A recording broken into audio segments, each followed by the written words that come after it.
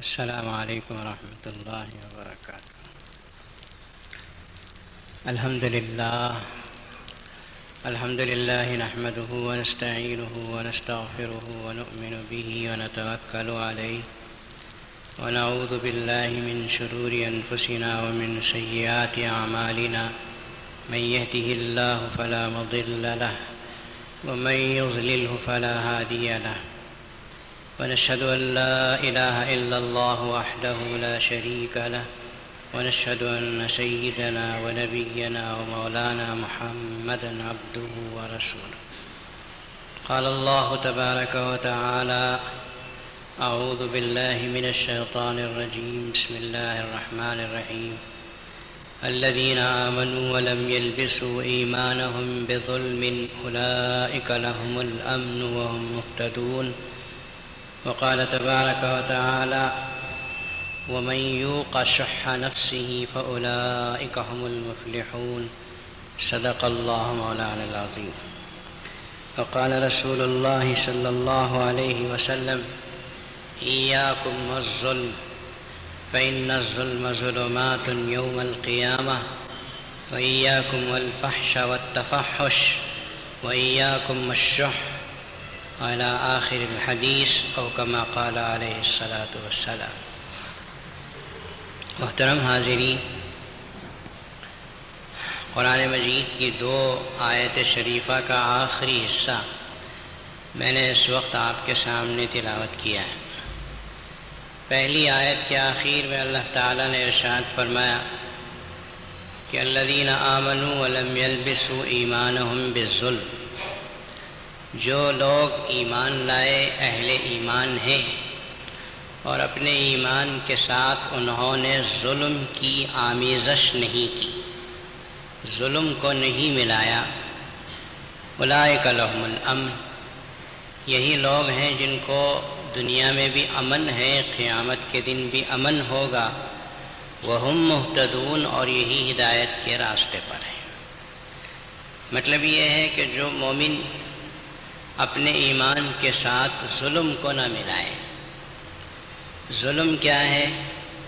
حضرات صحابہ رضوان اللہ تعالی علیہم اجمعین نے پوچھا تو نبی کریم صلی اللہ تعالی علیہ وسلم نے ارشاد فرمایا کہ ظلم، سب سے بڑا ظلم تو شرک ہے۔ جو ایمان لاتے ہیں اور اپنے ایمان کے ساتھ شرک کو نہیں ملاتے، پھر اس کے بعد درجہ بدرجہ ظلم مختلف قسم کے درجے میں ہے۔ کسی کا حق مارنا بھی ظلم ہے، کسی کو مارنا بلا وجہ مارنا ظلم ہے، پڑوسی کو ستانا یا اپنے بہن کا حق مارنا، بھائی کا حق مارنا، ایسے ہزاروں شکلیں ہیں جس کو ظلم میں شامل کیا جائے گا۔ تو ایمان والے اپنے ایمان کے ساتھ ظلم کو شریک نہ کریں، ظلم اپنے زندگی میں شامل نہ کریں، تو ایسے ایمان والوں کے لیے امن ہے، یہ امن والے ہیں اور یہ ہدایت پر ہیں۔ دوسری آیت شریفہ کے آخر کا جو حصہ میں نے تلاوت کیا، اس میں اللہ تعالیٰ نے فرمایا کہ وَمَن یُوقَ شُحَّ نَفْسِهِ، جس بندے مومن کو اس کے نفس کے شح سے بچا لیا گیا، فَأُولَئِكَ هُمُ الْمُفْلِحُونَ، یہی لوگ کامیاب ہیں۔ شح نفسی ہی کیا ہے؟ کہ آدمی کے نفس کے شح سے بچنا، اپنے اندر شح کی طبیعت۔ قرآن مجید میں دوسری جگہ اللہ تعالیٰ نے فرمایا کہ وَأُحْضِرَتُ الْأَنفُسُ الشُّحَّ، ہر انسان کی طبیعت میں شح کو رکھا گیا ہے، اور شح سے بچنا مومن کی کامیابی کی دلیل ہے۔ شح کا مطلب ہے بخالت، حرص اور کنجوسی، بلکہ بعض مفسرین نے یہ لکھا کہ بخالت اور شح دونوں ایک ہی ہیں، فرق یہ ہے کہ شح کے اندر حرص بھی ملا ہوا ہوتا ہے، اور بعض مفسرین نے یہ فرمایا کہ بخالت کنجوسی کو کہتے ہیں، لیکن شح جو ہے وہ بہت زیادہ شدید بخالت ہو تو اس کو شح کہتے ہیں۔ کہ آدمی جس بندے مومن کو بخالت سے بچا لیا گیا، کنجوسی سے بچا لیا گیا، حرص سے بچ گیا۔ حرص اور جو حرص ہے یہ بڑی غلیظ طبیعت ہے جو فطرت انسانی میں اللہ نے رکھی ہے۔ بندے مومن کو چاہیے کہ اپنی طبیعت کے اندر حرص کو پیدا نہ کرے اور کنجوسی کو پیدا نہ کرے۔ بخالت اور حرص یہ دونوں چیزوں کو شامل ہے شح، شین ہے شح۔ اس دونوں چیزوں سے، دونوں صفتوں سے بندے مومن کا بچنا اپنی کامیابی کے لیے بے انتہا ضروری۔ نبی کریم صلی اللہ تعالیٰ علیہ وسلم نے حدیث پاک میں ارشاد فرمایا، بہت مشہور حدیث ہے کہ لو کان لابن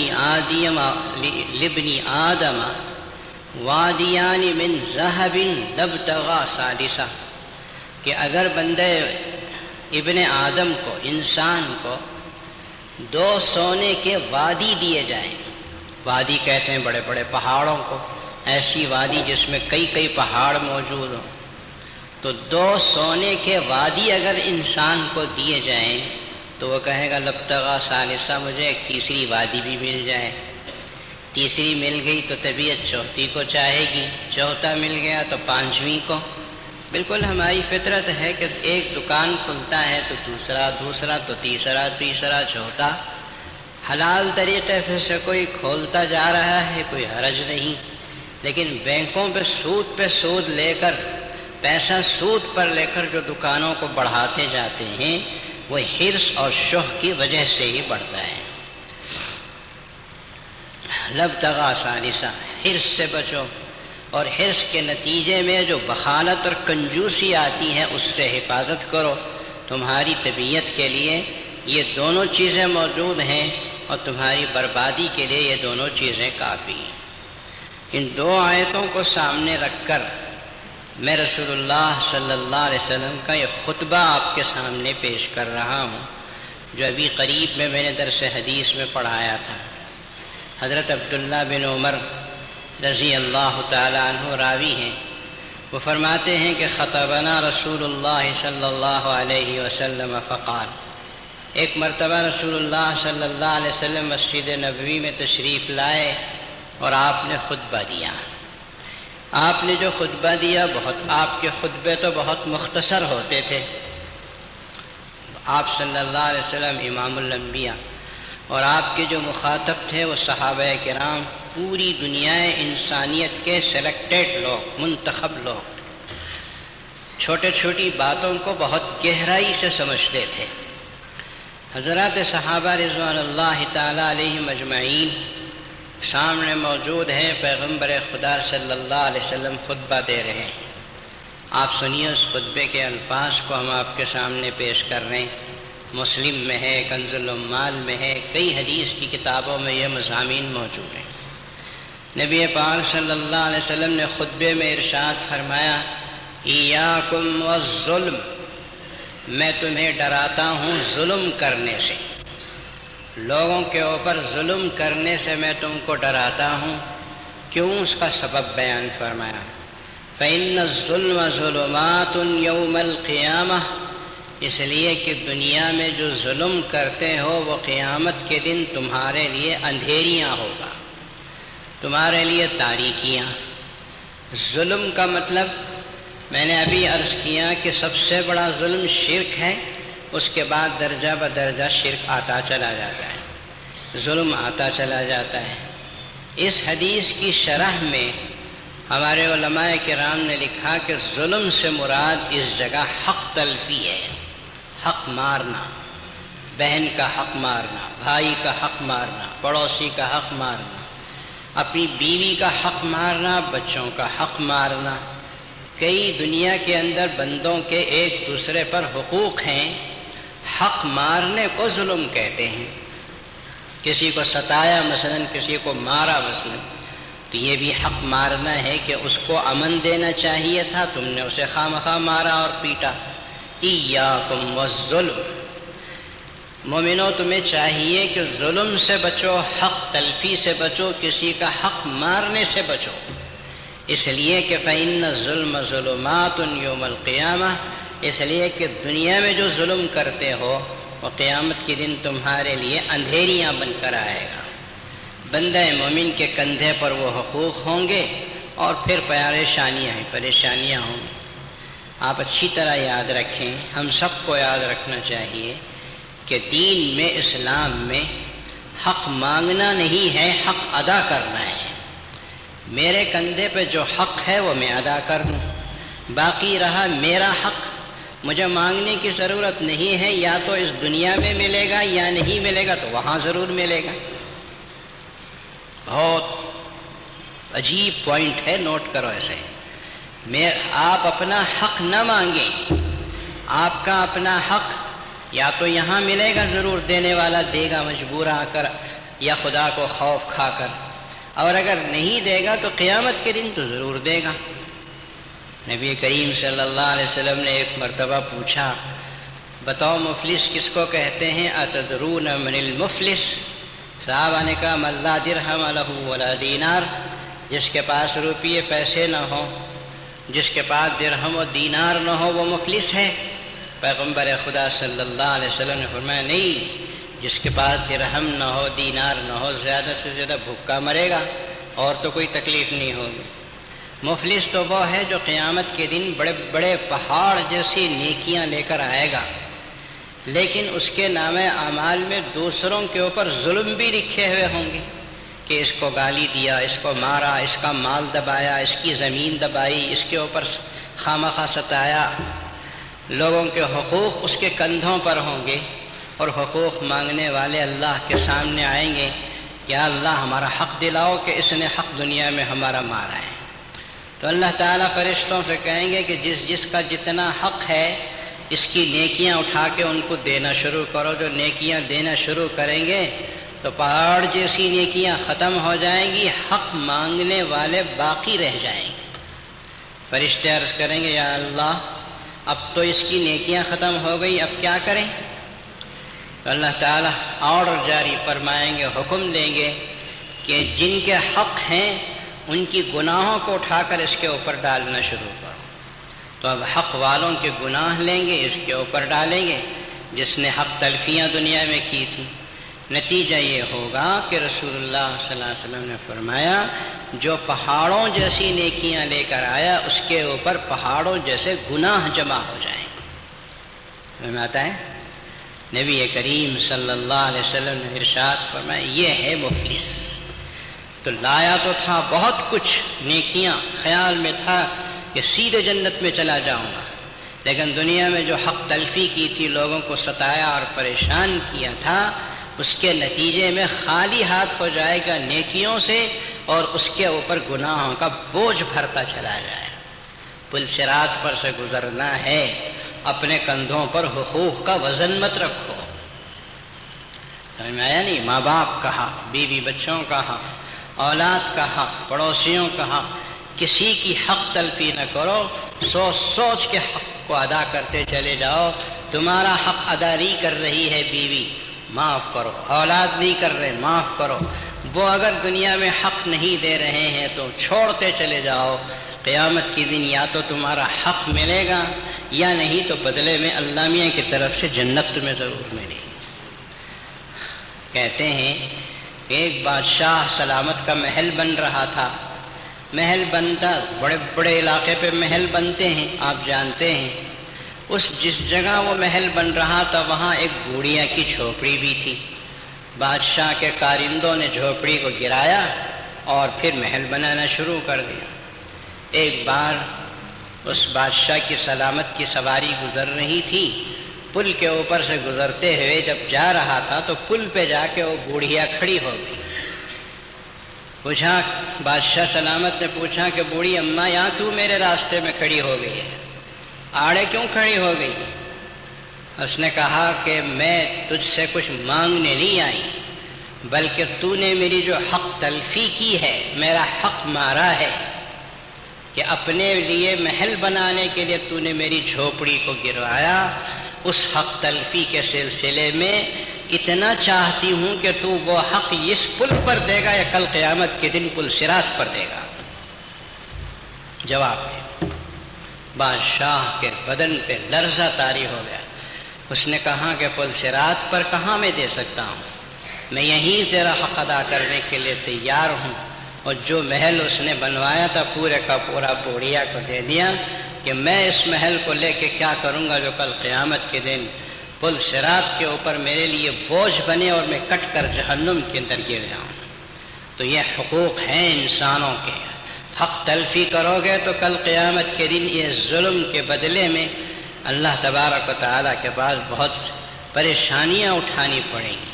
اچھی طرح یاد رکھیں، نمازوں میں کوتاہی ہو گئی یا اللہ کے حقوق میں عبادتوں میں کچھ کمی بیشی ہو گئی تو اس کی تلافی ہو سکتی ہے، اللہ تعالیٰ معاف کر سکتے ہیں، اپنے بندے سے چشم پوشی کر سکتے ہیں۔ وہ ستار العیوب ہے، غفار الذنوب ہے، عیبوں کو چھپانے والا بھی ہے، گناہوں کو معاف کرنے والا ہے۔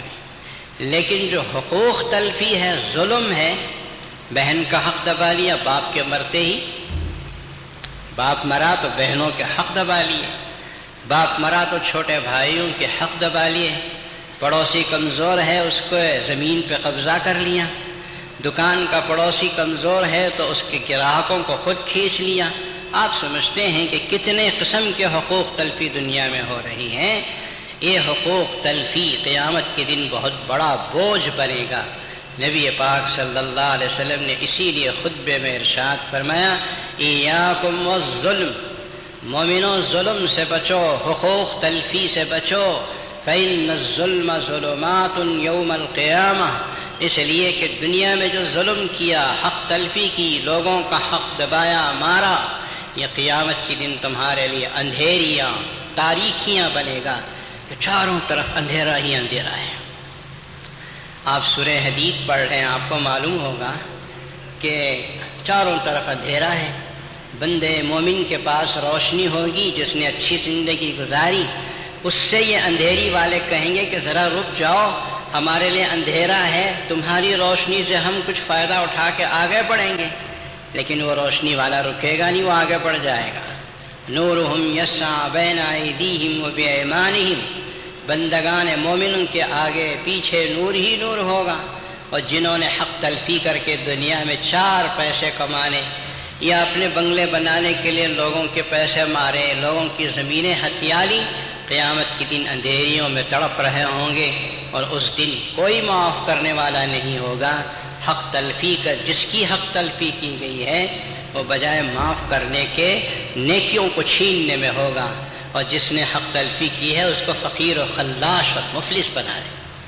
اسی لیے پیغمبر خدا صلی اللہ علیہ وسلم نے فرمایا، ایاکم والظلم والظلم ظلمات یوم القیامہ۔ آگے خطبے میں آپ علیہ السلام ارشاد فرماتے ہیں، ایاکم الفحش، بدگوئی سے بچو، والتفحش، اور فحش کلامی سے بچو۔ بعض لوگوں کو آپ دیکھتے ہوں گے کہ بات بات پہ گالی، بات بات پہ برا بھلا، بات بات پر ایسی جملے اپنی زبان سے نکالتے ہیں کہ سننے والے کو ایک گھن سی آئے۔ یہ فحش ہے، یہ تفحش ہے، بدگوئی ہے، فحش کلامی ہے۔ نبی کریم صلی اللہ علیہ وسلم نے فرمایا، مسلمانوں، ایاکم والفحش، فحش گوئی سے بچو، والتفحش، بدگوئی بد زبانی سے بچو۔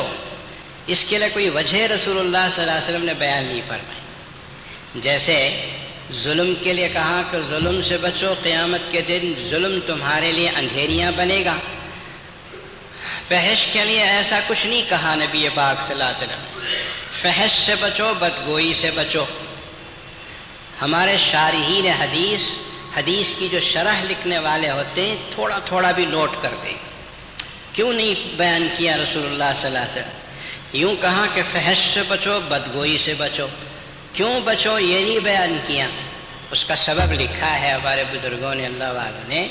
یہ فرماتے ہیں کہ نبی پاک صلی اللہ علیہ وسلم نے فرمایا کہ فحش سے بچو، بدگوئی سے بچو، اس لیے کہ عرب کا مشہور و معروف مقولہ ہے کہ الاناء یترشح بما فی، برتن وہی چھلکاتا ہے جو اس برتن کے اندر ہوتا ہے۔ برتن میں دودھ ہے تو چھلکاؤ تو دودھ باہر آئے گا، برتن میں اگر شہد ہے تو چھلکاؤ تو شہد باہر آئے گا، برتن میں اگر پیشاب ڈالا ہوا ہے اس میں چھلکاؤ تو پیشاب ہی باہر آئے گا۔ ایسا ہی یہ انسان کی زبان جو ہے یہ خود بھی اندر کی چیزوں کو چھلکانے والی ہوتی ہے کہ اگر زبان سے فحش نکل رہا ہے، بدگوئی ہے، بد زبانی ہے، گالم گلوچ ہے، تو مطلب یہ ہے کہ اندر خراب ہو چکا ہے، زبان سے باہر وہی آ رہا ہے۔ اور اگر زبان سے نرمی ہے، اچھائی ہے، اچھی باتیں ہیں، اخلاق کی باتیں، کردار کی باتیں، کیریکٹر کی باتیں، اچھی زبان ہے، نرم زبان ہے، تو مطلب یہ ہے کہ اندر دل بھی بنا ہوا ہے، باہر وہی نرمی ہی آ رہی ہے۔ تو یہ جو برتن ہے اندر کا دل، جس حالت میں ہوگا زبان اسی کو چھلکا دے۔ اسی لیے پیغمبر خدا صلی اللہ علیہ وسلم نے فرمایا کہ اپنی زبان سے فحش اور بدگوئی مت کرو، اس لیے کہ لوگ اندازہ لگا لیں گے کہ اس گلاس کے اندر کیا ڈالا ہوا ہے، برائی ہے، اچھائی ہے۔ نبی پاک صلی اللہ علیہ وسلم نے ایک حدیث میں اس کو یوں ارشاد فرمایا، اپنے برتن درست کرو، مطلب ہے کہ اپنے اندر کا دل جو ہے اس کو درست کرو۔ اس لیے کہ آدمی اگر خوش ہوتا ہے، خوشی ہے، مسرور ہے، تو اس کی زبان سے، چہرے سے خوشی ہی خوشی ظاہر ہوتی ہے، آپ دیکھتے ہو۔ لیکن اگر اندر دل غمگین ہے، پریشان حال ہے، ٹینشن ہے، سمجھیے، تو زبان سے بھی اس کے غم کی باتیں نکلتی، چہرے سے پریشانی دیکھتے ہی معلوم، کیا بات ہے آپ کے چہرے پہ ہوائیاں کیوں اڑ رہی ہیں، کیوں پریشان نظر آتے؟ وہ اندر کی پریشانی چہرے پہ، زبان پہ ظاہر۔ ایاکم الفحش والتفحش، انسان کا ہر لفظ اللہ تبارک و تعالی فرشتوں کے ذریعے سے لکھا رہے، باقاعدہ کرامن کاتبین ہیں، وہ لکھا رہے، اور قیامت کے دن نامہ اعمال سامنے ہوگا۔ تو آدمی کو بولتے ہوئے سوچ لینا چاہیے کہ میں کہیں ایسی بات تو نہیں بول رہا ہوں جو کل میرے لیے شرمندگی کا باعث بنی۔ دنیا ہی میں سمجھتے ہیں، ایک آدمی سوچے سمجھے بغیر ایک بات بول دیا، بعد میں پتہ چلا کہ میں نے تو غلط بات کہہ دی، لوگ شرم دلا رہے ہیں، تم نے ایسا کیا کہہ دیا، کیوں کہہ دیا اس طرح غلط بات کے؟ ارے مجھ سے غلطی ہو گئی، معاف کرو، معذرت خواہی، فلاں فلاں۔ ارے بابا ایسی بات کرتے کیوں ہیں جس کے لیے معافی طلب کرنے کی ضرورت پیش آئے یا معذرت کرنے کی ضرورت پیش آئے؟ نبی پاک صلی اللہ علیہ وسلم نے ارشاد فرمایا، ایاکم التفحش والفحش والتفاحش، بس زبانی فحش گوئی سے اپنی زبانوں کو بچاؤ۔ یہ زبان بہت بڑی خطرناک چیز ہے۔ اللہ نے زبان میں ہڈی نہیں رکھی ہے، کیا آپ کی زبان میں ہڈی ہے؟ حضرت شاعر مولا علی قاری رحمہ اللہ نے اس کا سبب لکھا ہے کہ اللہ اگر چاہتے تو زبان کو بھی ہڈی رکھ کے اس کو بھی سخت کر سکتے تھے، اس کے لیے کیا، اس کی قدرت میں جو بھی چاہے ممکن ہے۔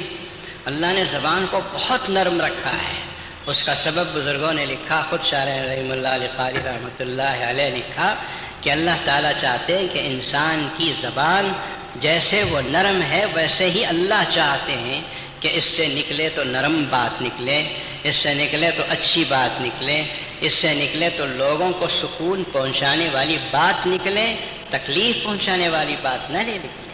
اس لیے کہ آپ چاقو کے ذریعے سے کسی کے جسم کو زخم کر دیں تو 1 ہفتہ 2 ہفتے میں وہ سوکھ جاتا ہے، لیکن زبان سے کسی کو اگر زخم پہنچا دیا، کسی کے دل کو زخم پہنچا دیا، مرتے دم تک وہ زخم سوکھنے والا نہیں ہے۔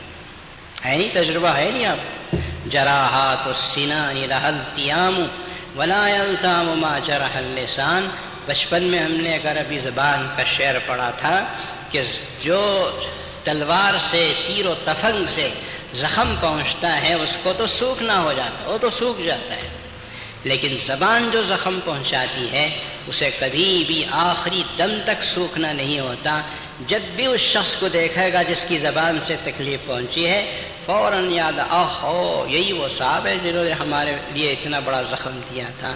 یہ زخم کبھی سوکھنے والا نہیں۔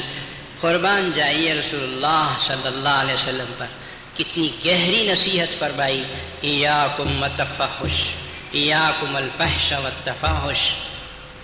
آگے نبی کریم صلی اللہ علیہ وسلم کے خطبہ میں ختم کروں، پیغمبر صلی اللہ علیہ وسلم نے فرمایا، ایاکم الشح، تمہیں چاہیے کہ تم شح سے بچو، بخالت سے بچو، کنجوسی سے بچو، حرص سے بچو۔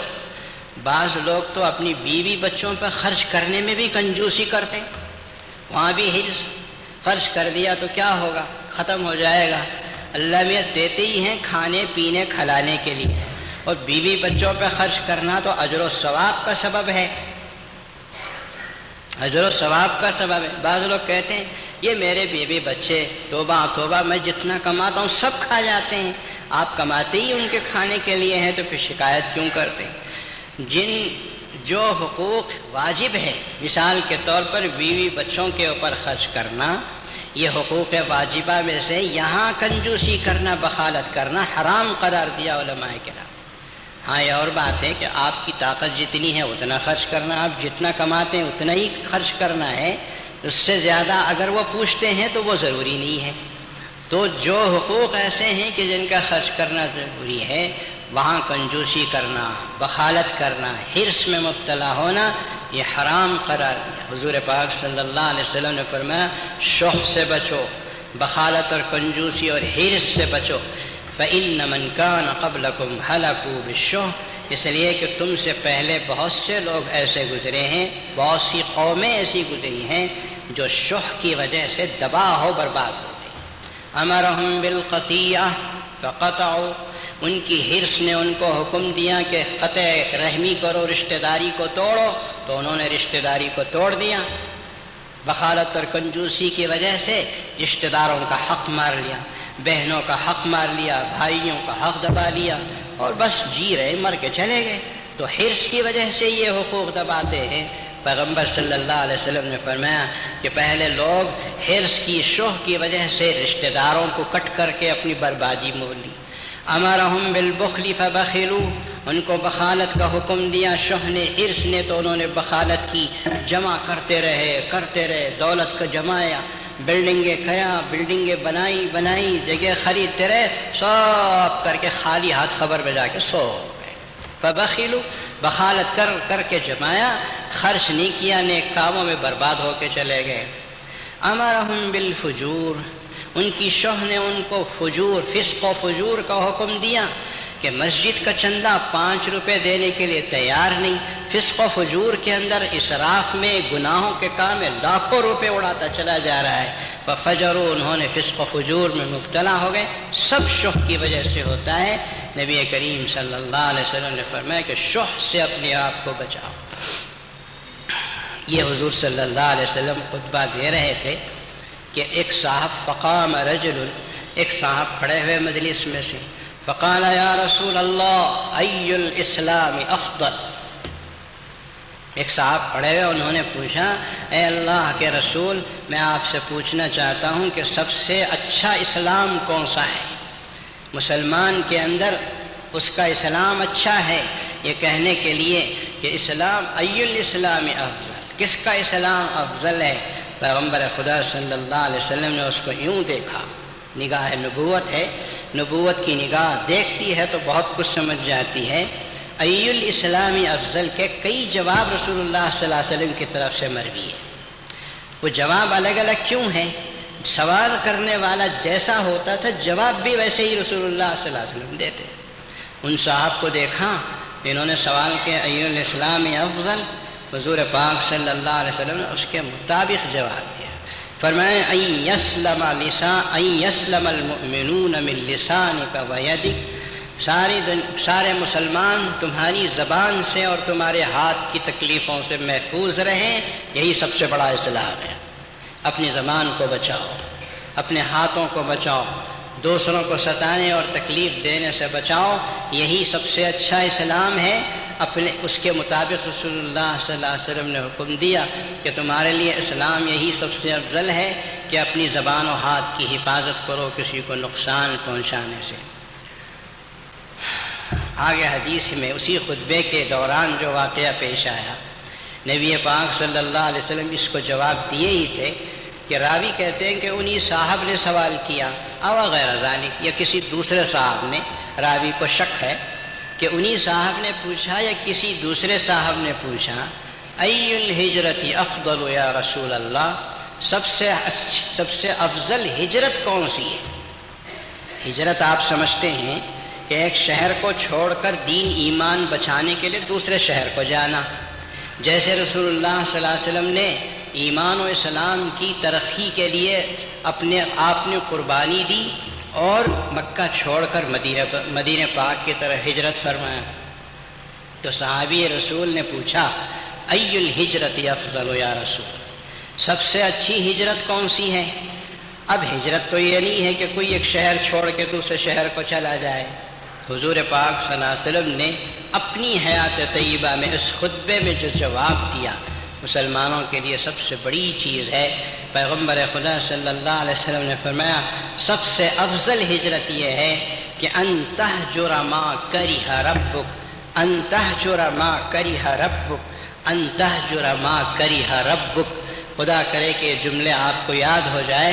نبی کریم صلی اللہ علیہ وسلم نے فرمایا سب سے افضل ہجرت یہ ہے کہ تم ان چیزوں کو چھوڑ دو جو تمہارے رب کو ناراض کرنے والی ہے، جو تمہارے رب کو ناراض۔ اور پورے حدیثوں کا مجموعہ اس چھوٹے سے جملے میں جما دیا۔ کتنی چیزیں اللہ کو ناراض کرنے والی ہیں، ناپسند ہیں۔ جو اللہ کو تمہارے رب کو ناراض کرنے والی چیزیں ہیں ساری چیزوں کو اپنی زندگی سے نکال دو، چھوڑ دو۔ ہجرت کہتے ہیں چھوڑنے کو۔ مکہ چھوڑ کے مدینے کو گئے تو اب آپ نے فرمایا تم کسی شہر کو مت چھوڑو، اتنا کرو کہ ان چیزوں کو چھوڑ دو جو تمہارے پروردگار کو ناراض کرنے والی۔ تو یہ نبی کریم صلی اللہ تعالیٰ علیہ وسلم نے آپ نے خطبہ بھی دیا اور برے اخلاق کی طرف اشارہ فرمایا، اور 2 سوالات ہوئے تو 2 سوالات کے جوابات بھی دیے۔ پہلے جواب کا خلاصہ یہ ہے کہ انسان اپنی زبان و ہاتھ کی حفاظت کرے، اس کی طرف سے کسی کو تکلیف نہ پہنچے، اور دوسرے جواب کا خلاصہ یہ ہے کہ آدمی اپنے تمام زندگی کے اعمال و حرکات میں سے دن میں رات میں نظر رکھے کہ میری طرف سے کہیں کوئی ایسی غلطی تو نہیں ہو رہی ہے جو میرے خالق و مالک رب العالمین کو، جس کا پانی میں پیتا ہوں، جس کی سانسیں میں لیتا ہوں، جس کے دیے ہوئے کپڑے میں پہنتا ہوں، جس کی زمین پہ میں پھرتا ہوں، جس کے آسمان کے نیچے میں سہتا ہوں، اس پروردگار کو کہیں ناراض کرنے والے کام تو میرے اندر نہیں ہیں۔ نبی پاک صلی اللہ علیہ وسلم کے دوسرے جواب کو یہی خلاصہ ہے۔ میرے بھائیوں، دعا کرو کہ اللہ تعالی ہم میں دین کی طلب پیدا فرما دے۔ یہ چیزیں جو رسول اللہ صلی اللہ علیہ وسلم نے بیان کی ہیں، ایک ایک چیز بھی ایسی ہے، کروڑوں کروڑوں ہیرے دے کر ابھی اگر ان چیزوں کی قیمت بنائی جائے تو بن نہیں سکتی۔ ہمارے مولانا یوسف صاحب رحمۃ اللہ علیہ کے فرزند مولانا سعد نے ایک صاحب بات کہی، اللہ تعالیٰ ان کی عمر دراز کرے، کہ آج مسلمانوں میں دین کی طلب کم ہو گئی ہے۔ مال کی طلب ہے، بلڈنگوں کی طلب ہے، زمینات کی طلب ہے، اچھی خوبصورت لڑکیوں سے شادی کرنے کی طلب ہے، کیا کیا طلب آج دنیا میں ہے، لیکن اگر مسلمان میں طلب نہیں ہے تو دین کی صحیح باتوں کی طلب نہیں ہے۔ دین کی طلب پیدا کرو، اور وہ چیز رسول اللہ صلی اللہ علیہ وسلم کی انہی حدیثوں میں ان کو ملتی ہے۔ اللہ تبارک و تعالیٰ سے دعا فرمائیے کہ اللہ تعالیٰ ان برے اخلاق سے ہم کو بچنے کی توفیق دے، دین کے طلب پیدا فرمائے، اور اللہ تبارک و تعالیٰ ہم کو ایسی زندگی گزارنے کی توفیق دے کہ ہماری آخری گھڑیاں آئے تو خوشی خوشی ہم موت کو گلے لگانے کے قابل ہو سکیں۔ حضرات، اللہ تبارک و تعالیٰ نے جامع العلوم جامع مسجد کے اوپر خاص فضل و کرم فرمایا۔ جامع العلوم کا یہ سال بھی ختم ہوا، چھٹیاں ہوئی، ہمارے لڑکے اور لڑکیوں نے 10ویں جماعت کا امتحان دیا۔ شاید جو لوگ جن کے بچے ہمارے ہاں پڑھتے ہیں وہ جانتے ہیں کہ ہمارے پاس خاص طور پر 10ویں جماعت کے پڑھنے والے لڑکے اور لڑکیاں امتحان گاہ کو جانے سے پہلے خوب تیاری بھی کرتے ہیں، اور مسجد میں آ کر رو کر دعا کر کے آنکھوں میں آنسوں لے کر اللہ سے دعا کر کے امتحان گاہ کو جاتے ہیں۔ یہی وجہ ہے کہ مسجد میں چلنے والے اس مدرسے اور اس اسکول کے بچے اور بچیاں 10ویں جماعت میں بہت ٹاپ میں پاس ہوتی ہیں، اس لیے کہ ہم ہمارے اسکول کے اسٹوڈنٹ کا کنیکشن اللہ سے جوڑتے ہیں، اللہ سے مانگنا سکھاتے ہیں۔ دوسرے اسکولوں میں یہ بات آپ کو کم ملے گی کہ جہاں بچوں کا تعلق اللہ سے جوڑتے ہیں، اور یہی سب سے بڑی دولت ہے، ورنہ آدمی ایک اونچا ڈاکٹر بنے، انجینئر بن جائے، اس کا تعلق اللہ سے نہ ہو تو کیا فائدہ ہے؟ اللہ سے تعلق جوڑنا جامع العلوم کا سب سے اللہ اور اللہ کے رسول صلی اللہ علیہ وسلم سے کنیکشن پیدا کرنا جامع العلوم کا سب سے بڑا مشن ہے۔ اللہ گواہ ہیں، انشاءاللہ قیامت تک کے لیے یہ جامع العلوم کا مشن باقی رہے گا، دین بھی ملے دنیا بھی ملے۔ ہمارے ہاں نرسری کلاسز کے LKG کے داخلے بھی چل رہے ہیں، آپ اسی نقطے کو سامنے رکھ کر دوسرے اسکولوں کو جانا ہے، یہاں داخلہ کرنا ہے، آپ فیصلہ کریں، اور جامع علوم کی نشستیں ختم ہونے سے پہلے آپ داخلہ دلا دیں۔ اللہ تبارک و تعالیٰ آپ حضرات کی مدد، نصرت، اعانت و شرف قبولیت عطا فرمائے۔ آپ کی وہ تھوڑی تھوڑی سی مدد جو آپ کرتے جا رہے ہیں آپ حضرات کے سامنے ہیں، کروڑوں روپے کے املاک بن گئے۔ جامع علوم بنی کپا کے اندر کروڑوں روپے کی زمین، کروڑوں روپے کی بلڈنگیں، اور پھر بن شنکری میں جو زمین لی گئی، یہ سب کچھ آپ حضرات جانتے ہیں کہ قوم کی امانت ہے۔ ہم دنیا میں آج رہیں گے، کل چلے جائیں گے، اسے استعمال کرنے والے ہمارے ہی قوم کے بچے اور بچیاں ہوں گی۔ جیسے بزرگوں نے جامع مسجد کی یہ زمین رکھ کر گئے تو آج یہاں اتنا بڑا کام کرنے کے ہم قابل ہوئے، ہم کچھ رکھ کے جا رہے ہیں تو آنے والی نسلیں کام کریں گی۔ اگر کچھ بھی رکھے بغیر گئے تو ہم کو گالیاں دیں گی، دعائیں کرنے کے بجائے برا بھلا کہیں گی کہ کھا پی کے مر کے چلے گئے، کچھ بھی نہیں کیا ہمارے لیے۔ اتنا تو خیر نہیں ہوگا۔ اللہ تعالیٰ سے دعا ہے کہ آپ کی مدد و نصرت و اعانت کو شرف قبولیت عطا فرمائے۔ عالم اسلام کے لیے اللہ تعالیٰ امن کے، خیر و خوبی کے فیصلے فرمائے۔ ہماری اولاد و آفات کو اسلام و قرآن سے وابستہ کرے، ہمارے لیے ذریعہ نجات بنائے۔ وآخر دعوانا الحمدللہ رب العالمین۔